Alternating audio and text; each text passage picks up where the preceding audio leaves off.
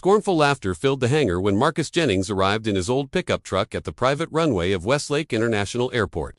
Through the tempered glass of the VIP terminal, executives in perfect suits shared looks of disbelief and mockery as the 38-year-old black mechanic, his hands marked by work, took out his worn toolbox. Richard Hastings, director of operations for Evans Aerospace, openly expressed his disdain. Questioning if this was the expert they had requested for Mrs. Evans' jet, he remarked that they had asked for the area's top technician, not someone who seemed to have just left a roadside repair shop. Marcus overheard the comment but maintained his dignity, as this was not a new experience for him. What no one there knew was that those very hands had saved more luxury aircraft than all the certified technicians at that airport combined. Despite having 15 years of experience repairing executive jets and national awards for technical excellence, his appearance seemed to carry more weight than his resume. The runway supervisor, keeping a deliberate distance, informed him that Mrs. Evans' jet needed to depart within 2 hours. Our technicians have not been able to diagnose the problem. If you cannot fix it in time, we will call the team from Atlanta, he said. The Gulfstream G650 shone in the morning light, like a flawless $65 million jewel. As Marcus got closer, he sensed eyes watching him from the terminal windows. They were critical, doubtful eyes, with one pair standing out as observant, calculating, and intrigued. Let him work, a female voice ordered, cutting through the silence sharply. Alexandra Evans, the 43-year-old CEO of Evans Aerospace and the jet's owner, walked across the tarmac with determined steps. Her navy blue suit contrasted with her perfectly styled brown hair. She ignored the executives and looked only at Marcus, asking, "How much time do you need?" "It depends on the problem, ma'am," Marcus answered, holding her gaze steadily. "You have 1 hour." Alexandra responded, glancing at her wristwatch, which was valued at more than Marcus's annual income. "Impress me." As the executives went back to the comfort of the air conditioning, Marcus opened the main access panel and instantly saw how serious the situation was. The pressurization system had a catastrophic failure that the previous technicians had mistaken for a simple electrical issue. If the jet had taken off in that state, the cabin would have depressurized at 45,000 feet, killing everyone on board. His hands moved with surgical precision as he started to work. No one understood that he was not just performing a repair. He was saving lives. Out of the corner of his eye, he saw Alexandra Evans watching him intently through the glass. Her expression different from the others. It was not contempt, but recognition. 30 minutes later, the problem was fixed. Marcus secured the panel, wiped his hands on an old cloth, and started to pack his tools.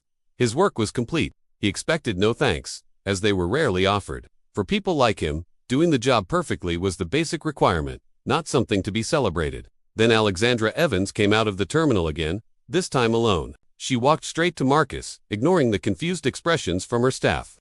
How long would it have taken them to find the real problem? She asked, her voice controlled. They would never have found it, Marcus replied bluntly. The jet would have crashed with everyone on board before then. The silence that came after was heavy. Alexandra's eyes studied Marcus with a disconcerting intensity. "Come with me," she ordered, surprising everyone, especially Richard Hastings, who was watching the scene with growing discomfort. Now, what no one at that airport could have imagined was that this moment was about more than a repaired jet or saved lives. It was the start of a story that would challenge long-standing prejudices and reveal truths that the aviation elite had tried to hide for decades. The greatest of these secrets was that the man who had just saved the jet had also designed the pressurization system installed in half of Evans Aerospace's fleet, a system for which Richard Hastings had received all the credit and promotions. If this story about prejudice and recognition touched your heart, subscribe to the channel to see how a lifetime of discrimination can be turned into a triumph with a single act of justice. Who would have thought that Alexandra Evans' decision in the next few minutes would not only change Marcus's life, but also shake the foundations of an entire industry? The executive's eyes followed Marcus and Alexandra as they walked away from the jet, leaving a trail of speculation and nervous whispers behind them. Richard Hastings watched the scene, his face twisted into a mask of worry, his body as tense as a violin string about to break. "My office now," Alexandra commanded, leading Marcus to a part of the terminal that few employees could access. Not a single word was exchanged during the walk, only the sound of their footsteps echoing in the polished hallways. The private office was a perfect mix of luxury and functionality. Alexandra closed the door, gestured for Marcus to sit, and sat behind her desk. "Did you tell me your full name?" she asked, her eyes examining every detail about him. "Marcus Jennings." A heavy silence filled the room as she typed on her tablet. Her eyes widened slightly. "Marcus Jennings, MJ," she murmured, the initials engraved on all the original designs for our G7 pressurization system. Marcus remained impassive, but his fingers tightened slightly on the armrest. She knew. 3 patents, 4 innovation awards, a master's degree in aerospace engineering from the Technical University. And yet, you repair jets like a common mechanic. Why? Because no one hires a black engineer from the suburbs to lead development teams, he replied without hesitation, and mechanics have bills to pay, Ms. Evans. Alexandra took out a folder from a drawer. Inside were corporate documents about the development of the G7 system, all signed by Richard Hastings as chief engineer. Do you know how much profit that system has brought my company in the last 5 years? She asked, looking through the documents. Approximately $428 million. Marcus replied. The system reduced fuel consumption by 23% and maintenance costs by 31%. Alexandra looked up, surprised by how accurate his answer was. Richard received 3 promotions and a $2.5 million bonus for his work. She continued, while I continued to fix jets. Marcus finished, showing no emotion. The conversation was interrupted by insistent knocking at the door. Richard Hastings entered without waiting for a response, his face a mix of false concern and poorly hidden anxiety. Alexandra, the board is waiting for you on the video conference, and we need to discuss. He stopped when he saw Marcus, his expression hardening. What is he still doing here? The service is complete, right? Actually, we were discussing intellectual property, Alexandra replied calmly, specifically, the G7 system. Hastings' face paled visibly. I don't understand what a mechanic would have to contribute to this discussion. Really interesting, because I have here the original G7 designs, with the initials MG, and I just found out that they belong to Marcus Jennings, who worked briefly in the development department 5 years ago. Alexandra, this is absurd. Hastings forced a laugh. He was just an assistant technician. The G7 system was developed entirely by my team. Just then, the door opened again. A middle-aged woman entered carrying a briefcase even thicker than Alexandra's. Dr. Sophia Chen, Evans Aerospace's chief legal officer, who Marcus recognized from company reports. Forgive me for being late, Alexandra, she said, nodding politely to Marcus before turning to Hastings with an icy stare. I had to double-check the intellectual property records. And yes, I've confirmed everything. The digital signature on the original files matches Mr. Jennings, not you, Richard. Hastings seemed to choke on his own words. There must be some mistake. He worked under my supervision. Any minor contribution? Minor, Alexandra interrupted, opening another file on her tablet. Richard, I have emails here from you to the HR department recommending Mr. Jennings. Dismissal for technical incompetence exactly 3 days after he submitted the complete G7 project to the internal system. Marcus watched the scene with a calmness that surprised even himself. 5 years ago, when he was escorted out of the building like a criminal, humiliated in front of the entire team, he had sworn that one day the truth would come out. He had not expected it to be like this or so sudden. Mr. Jennings, Alexandra said, turning to him, Dr. Chen has prepared some documents she would like you to review. Basically, we are proposing retroactive recognition of your authorship, financial compensation for royalties owed, and a proposal. What kind of proposal? Marcus asked, keeping his voice steady. The kind that makes history, she replied before turning to Hastings. Richard, you are temporarily relieved of your duties pending the conclusion of the internal investigation. Please hand your badge to security. Hastings faltered, his face a mask of contained rage. You can't do this. The board would never. The board will be informed in an hour. Alexandra cut him off. And if you want to retain any dignity, I suggest you walk out that door now, before I decide to call security. When Hastings left, slamming the door with unnecessary force, Alexandra turned to Marcus and Sophia. Now we can really get started. What happened in the next 2 hours would change not only Marcus's future, but the entire power structure within Evans Aerospace. As Sophia pored over the legal documents, Marcus realized something surprising about Alexandra Evans. She was not just trying to right a wrong. There was something else in her eyes, a recognition, an understanding of something much bigger. What no one could have imagined was that Alexandra Evans was keeping a secret of her own. Her briefcase contained not only the documents about the G7 system, but also a thorough 2-year investigation into systematic patterns of discrimination and idea theft within her own company. Marcus Jennings was not the first, just the brightest, and the one who had left the most indisputable evidence. And Alexandra had waited patiently for the perfect moment to dismantle the entire system from within. Meanwhile, in the airport parking lot, Richard Hastings made a desperate call to his colleagues on the board. His empire was crumbling, but he still had a card up his sleeve. He had documents and alliances that could not only destroy Marcus's career, but also bring down Alexandra Evans herself. What he did not know was that his every move was being monitored, every call recorded, and that the real battle was just beginning. Alexandra Evans' private meeting room was a world apart from the rest of the airport. Marcus sat uncomfortably in the leather chair as she closed the door, isolating them from the hub of the terminal. The pressurization system you repaired, Alexandra began, is a modified version of the G7, isn't it? Marcus kept his face impassive. Yes, ma'am. A system that Richard Hastings supposedly designed and for which he received a 7-figure bonus. She slid a folder across the table. A system that interestingly has the initials MJ on the original blueprints. Silence hung between them for a few seconds. 5 years ago, Alexandra continued, you were a junior engineer at Evans Aerospace. You were fired for technical incompetence 3 days after submitting a complete design to the development department. I have bills to pay, Marcus replied calmly. Mechanics pay bills too. Alexandra leaned forward. You know what else I found out, Mr. Jennings?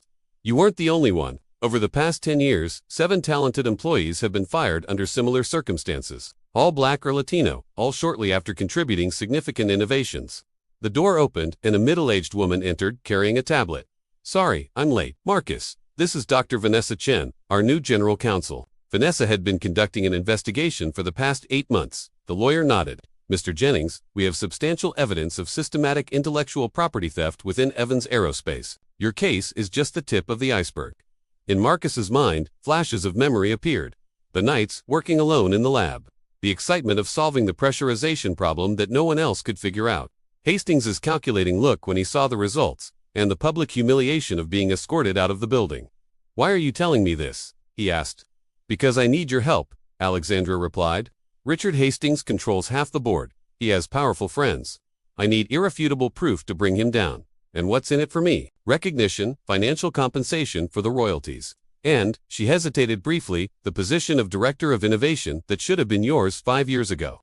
Marcus almost laughed. Do you really think the board would accept a black mechanic as director? Alexandra smiled for the first time. They won't have a choice when they understand what's at stake. Dr. Chen slid a document across the table. This is a confidentiality agreement. Anything we discuss here. They were interrupted by insistent knocking. Richard Hastings entered without waiting for a response, his face a mask of false concern. Alexandra, the board is waiting. And why is this contract employee still here? We were discussing the G7 system, Alexandra replied calmly. Hastings' face paled subtly. I don't understand what a mechanic would have to contribute to advanced engineering.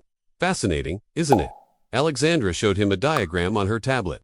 These are the original drawings, initialed and Marcus was just an assistant technician. Hastings forced a laugh. Any minor contribution? Minor. Alexandra interrupted. I have emails from you recommending Mr. Jennings. Dismissal for technical incompetence 3 days after he submitted this design. Hastings quickly regained his composure. Alexandra, we have an important video conference. The board won't wait while you listen to conspiracy theories. Richard, Alexandra stood up. You are temporarily suspended pending the conclusion of the internal investigation. You can't do that, he exclaimed. The board will be informed in an hour. Alexandra cut him off. I suggest you maintain some dignity and leave now. When the door slammed shut, Alexandra turned to Marcus.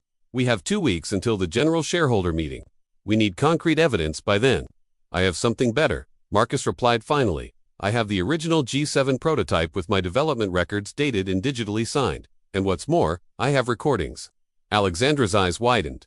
Recordings from 5 years ago.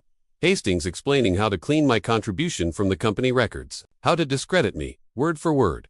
Dr. Chen looked impressed. How did you get that? Marcus smiled for the first time. I grew up repairing electronic equipment in the poorest neighborhood in town. I learned early on that people like me need insurance against people like him. What Alexandra Evans could not have imagined was that Marcus had not just kept evidence about his own case. In his 5 years working as a mechanic, he had meticulously cataloged every stolen patent, every appropriated idea, every talent wasted by institutional prejudice. His simple appearance was his best camouflage. While he repaired Billionaire's jets, he secretly collected the fuel needed to burn down an entire system. Richard Hastings thought he was dealing with nothing more than a humiliated mechanic. He was about to discover that he was facing not only an engineering genius, but a patient strategist who had turned 5 years of forced invisibility into the perfect weapon against those who underestimated him. 6 months later, Evans Aerospace headquarters was unrecognizable. The executive floor, once occupied exclusively by white men, now reflected the diversity Alexandra Evans had promised to implement. At the center of this new chapter was Marcus Jennings, no longer an anonymous mechanic, but Director of Technological Innovation, leading the division that had created the G7 system. The extraordinary shareholders meeting that had taken place months earlier had gone down in American corporate history. Alexandra Evans, with Dr. Chen at her side, had presented irrefutable evidence of systematic discrimination and intellectual appropriation, culminating in the devastating recording of Richard Hastings. "We need to get rid of this pretentious mechanic," Hastings' voice echoed through the loudspeakers of the crowded auditorium. "Take ownership of the system. Eliminate any trace of her authorship. Who would believe that a black woman from the suburbs created something so sophisticated? Our customers trust us, not people like her." The silence that followed was broken by a growing murmur of indignation. The company's stock plummeted 18% that day. But what came next surprised even the most skeptical. "I could have sued individually," Marcus explained in his first interview with the prestigious magazine Aviation Technology. But the problem was bigger than Richard Hastings. It was systemic. The solution proposed by Marcus and fully supported by Alexandra was revolutionary. They created a program to identify and reward all employees whose intellectual property had been appropriated over the past 10 years. More than that, they established an innovation fund, specifically targeted at historically marginalized communities. Richard Hastings, meanwhile, faced multiple lawsuits. His professional credentials were revoked and his reputation destroyed. The man who had once ridiculed Marcus on the tarmac now could not even find a job as a consultant at third-rate companies. "Revenge was not my goal," Marcus confided to Alexandra during the inauguration of the Evans Aerospace-funded Community Technology Development Center. "Justice was, visibility was." The center, located in the very neighborhood where Marcus had grown up, offered advanced technical training to young people without access to quality formal education. Under his guidance, 3 revolutionary patents had already emerged from students in the program. "You know what's ironic?" Alexandra asked, watching a group of teenagers working on a prototype. "If Hastings had simply shared the credit with you, he'd still be director." Greed makes people completely underestimate the potential of others. Even more surprising was the proposal Alexandra made to Marcus 3 months after he was hired. It was not just a management position she was offering him, but a partnership, literally and figuratively. "I thought she was crazy when she suggested a merger," Marcus confessed on Good Morning America. "Not a marriage, as people speculated, but a business merger. My small engineering company, which I had kept running out of my garage during those 5 years as a mechanic, was now worth 30% of Evans Aerospace." The former executives who had laughed at him that morning on the runway were no longer laughing. Some had resigned, unable to serve under her leadership. Others remained, learning the hard way that talent and competence have no color. On the 1-year anniversary of the incident, Alexandra organized a special event. All employees were invited to the launch of a new propulsion system developed by Marcus's team, a technology that would reduce fuel consumption in commercial aircraft by 40%. "A year ago, many of you witnessed a black man being ridiculed while saving lives." Alexandra began her speech. "Today, that same man is saving our industry, our planet, and more importantly, he is saving dreams that could have been stifled by prejudice." Marcus scanned the audience, identifying faces that had once treated him with disdain and now applauded him, standing. He did not feel proud of that particular transformation. He knew some were applauding out of self-interest, not genuine conversion. But seeing the young engineers from diverse backgrounds who now occupied positions once unattainable for them made the effort worth every second. In the front row sat an unexpected figure, his mother, Mrs. Jennings, 72, who had worked as a cleaning lady in corporate buildings her entire life so that he could go to college. Her eyes were brimming with tears. "Real change," Marcus concluded in his speech, "doesn't happen when people like me break through the barrier and achieve success. It happens when we open the doors and ensure that talent is not wasted because of absurd prejudices. True justice is not just individual, it's structural." The story of the mechanic who became Koner inspired an entire generation of young engineers from marginalized communities. Similar programs began to emerge at other corporations, partly due to social pressure, partly because they saw the unquestionable success of Evans Aerospace after embracing diversity, not as a slogan, but as a concrete practice. Success did not erase the scars of a lifetime of prejudice, but it gave Marcus a powerful platform to transform outrage into positive impact. And as he watched the young students at his community center, he knew that the greatest victory was not his job or his fortune, but the look in those young people's eyes, unburdened by the doubt he had carried for decades. The best response to prejudice has never been individual success, but creating a path for others to follow, free from the obstacles that nearly destroyed his dreams. If this story of discrimination turned into collective triumph has touched your heart, subscribe to the channel right now to follow other stories of justice that prove a fundamental truth. Sometimes the greatest form of dignity is not just overcoming barriers, but tearing down the walls so that no one else has to climb so high just to have a fair chance.